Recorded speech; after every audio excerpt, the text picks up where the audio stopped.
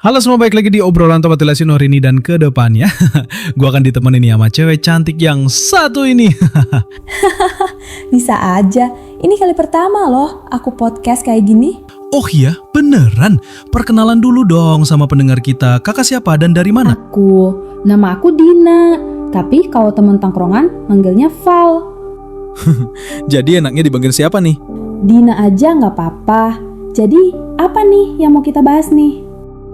Kesibukan apa nih sekarang Kak Dina?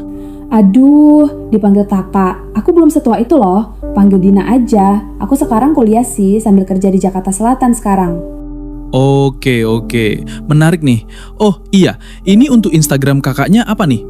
Bisa kali kan kita follow-followan Instagram gitu? Nanti sekalian deh aku cantumin di channel ini. Val_live. Jadi apa nih Bang Gako yang bakalan kita diskusikan sekarang? Asik diskusi ya bahasanya. Oke, kayaknya nggak sabar ya. Kita akan bahas nih sinden Gunung Merapi. Ngomongin Gunung Merapi tuh kayak nggak ada habisnya, Din.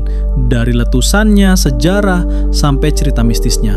Nah, salah satu yang paling sering dibahas orang itu tentang sinden gaib di Merapi. Iya, gue pernah denger. Katanya, kalau ada orang yang lagi mendaki atau lagi di sekitar lereng, kadang ngedengeran suara sinden nyanyi Jawa gitu. Padahal gak ada siapa-siapa. Serem banget sih kalau kebayang di tengah hutan, sunyi, tiba-tiba ada suara sinden melengking.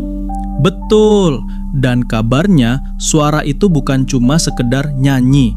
Ada yang percaya itu tanda dari penguasa Merapi, kayak Nyai Roro Kidul atau Eyang Sapu Jagat yang dianggap sebagai penjaga gaib gunung.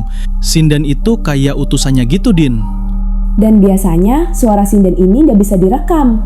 Banyak pendaki cerita, pas denger mereka coba ngeluarin HP atau alat rekam, hasilnya kosong. Kayak suara itu cuma bisa ditangkap telinga langsung, bukan teknologi. Ada juga kisah yang lebih serem. Penduduk sekitar bilang kalau sampai ikut terbawa sama suara itu, entah karena penasaran atau kayak dituntun orang, bisa hilang di dalam hutan Merapi, kayak ditarik ke alam lain. Ih, jadi kayak panggilan gaib ya?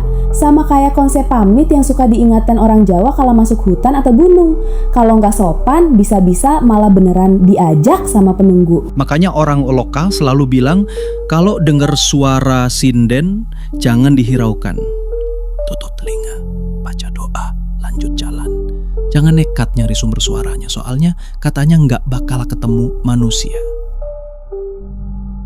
Tapi ada yang unik juga sih.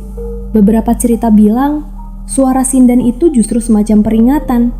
Misalnya, sebelum Merapi erupsi, suara-suara mistis kayak gitu lebih sering kedengeran. Jadi bisa jadi bukan cuma mitos buat nakut-nakutin, tapi juga ada hubungannya sama pesan alam.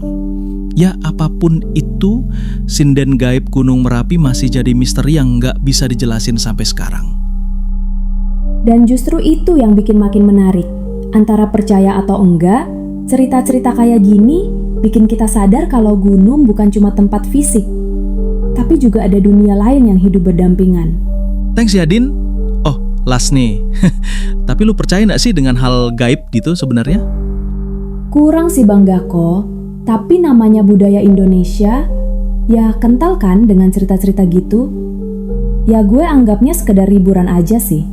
Percaya oke, enggak juga enggak apa-apa.